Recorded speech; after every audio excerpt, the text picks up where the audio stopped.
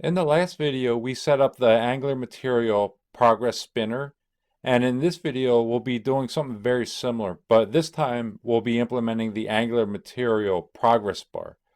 The goal is to display the loading bar that stretches across the bottom of the header, sitting just above the main content section.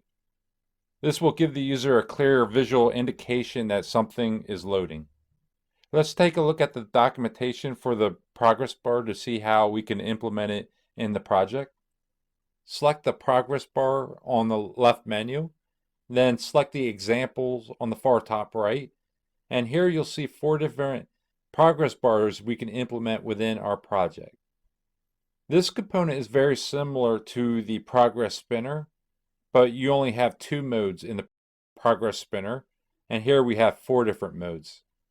For our use case, again, we'll use the indeterminate mode, this one here. That gives this nice animation.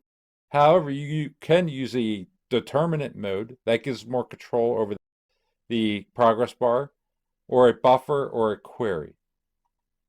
If we scroll down, we can see an example for what we're trying to implement, the indeterminate progress bar.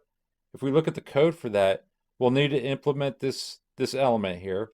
But before we do that, though, we need to update our TypeScript to bring in the mat progress bar module. So let's add this within our component. Inside of our pages TypeScript, we'll add in our module. And like we did with the progress spinner module, we'll bring in the progress bar into our imports. And I'll add that towards the end here. That's the only changes we need to make within the pages TS file. Now moving on to the HTML. Now right inside of the section tag, right below our toolbar is where we want our progress bar to go. And before adding in our element, we'll add in a condition like we're doing here. And we'll set it to true for now. We'll be changing this in the next video. But I'll just add in the condition. Set this to true so it will show. Then in here we'll add in our element out of the documentation. So we'll use the mat progress bar and we'll set the mode to indeterminate. And then there's one more change I would like to make to this. I would like a different color. So I'll add in a class. And instead of using the theme color, we'll use a color we created in a prior video. In module 1, we created this class here from the theme builder. I was thinking the progress bar would look good with this purplish color. Let's try this. I'll copy this. And then inside of the pages, I'll add in that class. And that would override the color from our current theme that we're using.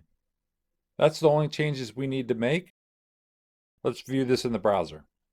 Now we currently have a purplish progress bar going across the bottom of our header, and it matches with our custom theme builder.